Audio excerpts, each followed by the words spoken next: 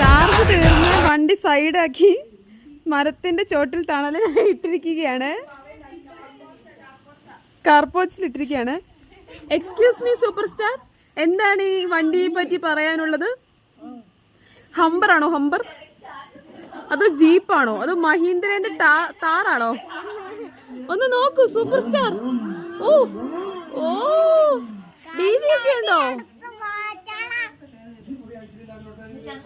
ഓ vibe ചെയ്യുവാണോ?